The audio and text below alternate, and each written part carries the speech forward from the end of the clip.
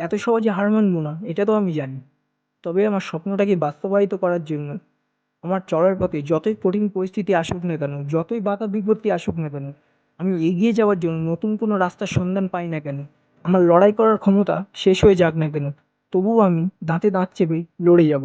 কারণ আমি জানি এই একটাই জীবন। এই জীবনে অজুহাত দেখিয়ে বসে থাকার থেকে লড়তে লড়তে শেষ হয়ে যাওয়া অনেক শান্তির। फलक तू गरज तू बरस तू धूप में छाँव की एहसास तू